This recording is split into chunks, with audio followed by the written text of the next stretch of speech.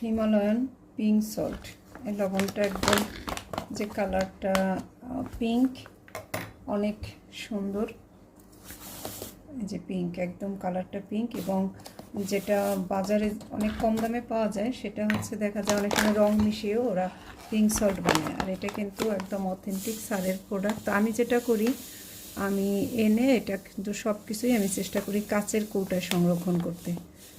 লবণটা অনেক দিন যাবে, কারণ আমি তো সামুদ্রিক লবণও সাথে ব্যবহার করি যেটা রান্নায়। আর যারা এফোর্ড করতে পারবেন তারা এটা দিয়েও রান্না করতে পারেন, তো আসলে আমার পক্ষে সম্ভব না, তাই আমি এটা গ্রিন জুস বা বিভিন্ন রকমের শরবতে ব্যবহার করি। আর তিতির আবার একটু লবণ খেতে পছন্দ করে, সে বিভিন্ন রকম টক ঝাল এটা পছন্দ করে, তো ও সবসময় পিঙ্ক সল্টটা খায়। আর এটার মধ্যে তো অনেক অনেক উপকারী, যার কারণে ভাবি যে যেহেতু খাই তাহলে এটা খাওয়াই ভালো।